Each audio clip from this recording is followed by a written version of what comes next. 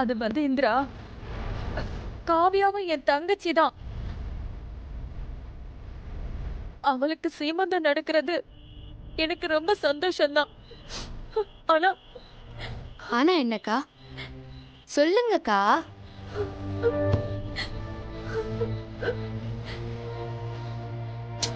அக்கா, என் வயித்துல இது வரைக்கும் எதுவுமே தங்கலையம்மா. நான் என்ன பாவம் செஞ்சேனே தெரியல. அத நினைச்சாதான் மனசுக்கு ரொம்ப கஷ்டமா இருக்கு. நான் யாருக்குமே எந்த கெட்டதுமே நினைச்சது இல்ல. ஆனா கடவுள் எனக்கு மட்டும் ஏன் இப்படி தண்டனை கொடுக்கறாருன்னே தெரியல. அக்கா, அக்கா அழாதீங்கக்கா, ப்ளீஸ்க்கா. எல்லாரும் கீழே சந்தோஷமா இருக்கும்போது நான் மட்டும் எப்படி அங்க கவலைப்படுறதுமா? அதான் நான் மேல வந்துட்டேம்மா. இதே வீட்ல கண்டிப்பா உங்களுக்கு சீமந்தம் நடக்கதான் போகுது. நீங்க வேணா பாருங்களேன். வர வர எனக்கு அந்த நம்பிக்கையே போயிடுச்சுமா. எத்தனை வேண்டுதலை நிறைவேற்றிருப்பேன், எத்தனை கோயில்ல மடிப்பிச்சை ஏந்திருப்பேன். ஆனா ஒரு கடவுளுக்கு கூட என் மேல இறக்கமே இல்லாம போயிடுச்சு.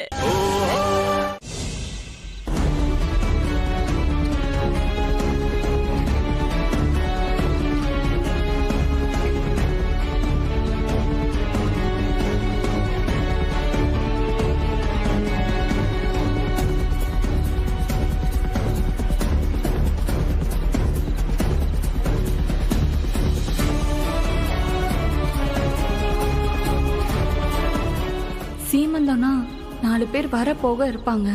ஊர்ல இருந்து சொந்தக்காரங்க எல்லாம் வருவாங்க. எல்லாருக்கும் எல்லா வேலையும் செய்யணும்.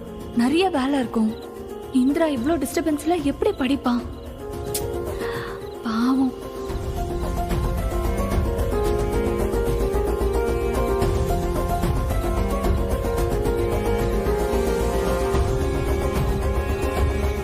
காவியா, ஏன் இப்படி எழுந்து உட்கார்ந்துட்டு இருக்க? உடம்புக்கு ஏதாவது பண்ணுதா?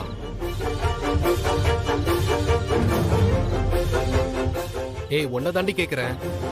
நடுராத்திரி எழுந்து உட்கார்ந்துட்டு இருக்க, சொல்லி என்னாச்சு? ஏதாவது வலியா? உடம்புக்கு எதுவும் முடியலையா? அதெல்லாம் ஒண்ணும் இல்ல. உங்க அக்கறைக்கு ரொம்ப நன்றி. நீங்க படுங்க. அதெல்லாம் எனக்கு தெரியும். நீ ஏன் தூங்காம இருக்க? என்ன பிரச்சனை உனக்கு? எனக்கு தூக்கம் வரல, நான் தூங்கல, அவ்வளவுதான். ஏய், நான் என்ன கேக்குறேன், நீ என்னமோ தெனாவட்டா பதில் சொல்லிட்டு இருக்க. ஏன் தூக்கம் வரல, ஏன் இப்படி முழிச்சிட்டு உட்கார்ந்துட்டு இருக்கேன்னு தானே கேக்குறேன். அடடடடா, உங்களுக்கு ரொம்ப அக்கறை தான். எனக்கு தூக்கம் வரல, அதான், வேற எந்த காரணமும் இல்ல. என்கிட்டயே வர வர போய் சொல்றல. எனக்கு தெரியும்டி, உன் தங்கச்சிக்கு எக்ஸாம் வர டைம்ல எங்க அம்மா சீமந்தத்துக்கு நாள் குறிச்சிட்டாங்கன்னு உனக்கு கவலை அதானே? ஹலோ, என்ன பதிலே வரல? அதான பார்த்தேன். உண்மையை கண்டுபிடிச்சிட்டு ஆச்சரியமா இருக்கா? எனக்கு தெரியும்டி, எங்க அம்மா அவ்வளவு பணத்தை கொட்டி இவ்வளவு ஆடம்பரமா சீமந்தத்தை பண்ணணும்னு நினைக்கிறாங்களே. ஆனா நீ உன் ஃப்ராடு தங்கச்சியை நினைச்சு கவலைப்பட்டு இருக்கியா? இங்க பாருங்க, என் தங்கச்சியா அந்த வார்த்தை எல்லாம் சொல்ற வேலை வச்சுக்காதீங்க. நீங்க ஒழுங்கா என் கூட குடும்பம் நடத்தி இருந்தா அவ அந்த வேலையெல்லாம் செஞ்சே இருக்க மாட்டா. ஓ, தங்கச்சியை சொன்ன உடனே கோபம் பொத்துக்கிட்டு வருதோ? ஏண்டி, புள்ளைய சுமந்துட்டு இருக்கவ நீ, அப்பா நான். நம்ம வசதி என்ன? நான் நல்லா இருக்கணும்னு பாப்பாங்களா?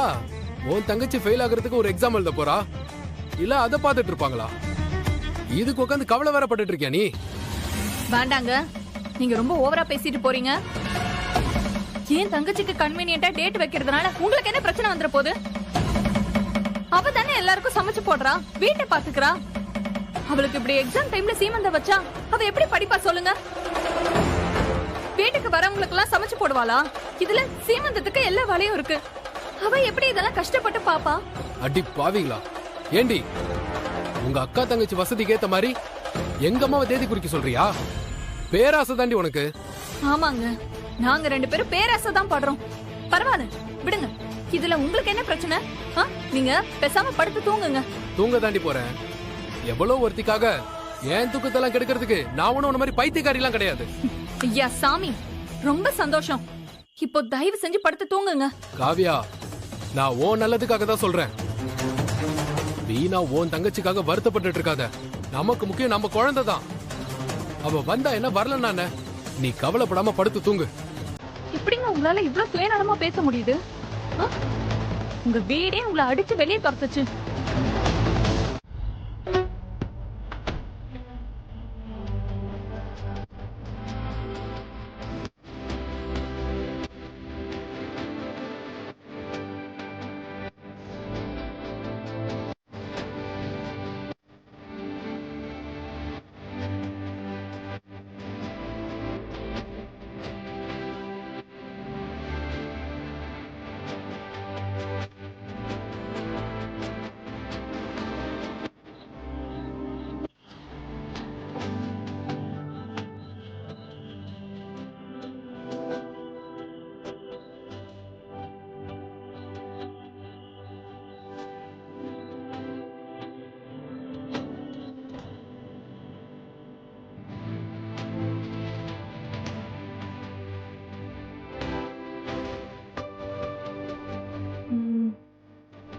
இன்னைக்கு டைம் நம்ம டிசைட் பண்ணதை விட முன்னையே படிச்சு முடிச்சிட்டோம். சூப்பர். சரி போய் தூங்குவோம், இல்லைன்னா காலையில லேட் ஆயிடும்.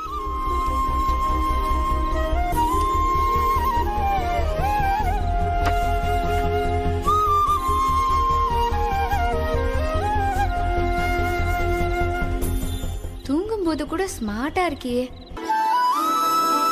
என்னால மட்டும்தான் அது முடியும். முகத்துல எப்பவுமே ஒரு ஸ்மைல் இருந்துட்டே இருக்கு. கை கால் அப்படி இப்படி போடாம அட்டென்ஷன்லயே தூங்குறான்.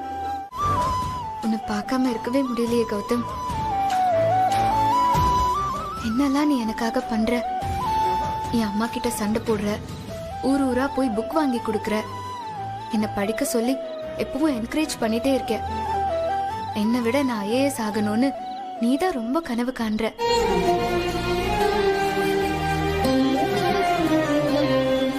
இவ்வளோ நாள் எத்தனையோ காரணங்கள் இருந்துச்சு. இனிமே உனக்காகவே நான் ஐஏஎஸ் பாஸ் பண்ணணும்ன்ற நினைப்பு வந்துருச்சு. பாஸ் பண்ணிட்டு வந்து நீ சந்தோஷமா இருக்கும்போது உன்கிட்ட நான் ஐ லவ் யூன்னு சொல்லணும். சொன்னா நீ என்ன பண்ணுவ?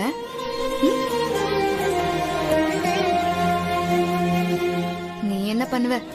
எப்பவும் மாதிரி இப்படி ஸ்மார்ட்டா சிரிப்ப. அப்புறம் இந்திரா உன்னை டைவோர்ஸ் பண்ணணும்னு நினைச்சதே தப்பு, நாம 2 பேரும் மறுபடியும் லவ் பண்ணலான்னு முதல்ல இருந்து ஆரம்பிப்ப. அதுக்கப்புறம் நாம 2 பேரும் சந்தோஷமா புருஷன் பொண்டாட்டியா வாழ போறோம். ஃபேரி டெய்ல வர மாதிரி ஹாப்பிலி லிவ்ட் எவர் ஆஃப்டர்னு நம்ம லைஃப்லயும் வரதான் போகுது. எனக்கு அந்த நம்பிக்கை இருக்கு கௌதம்.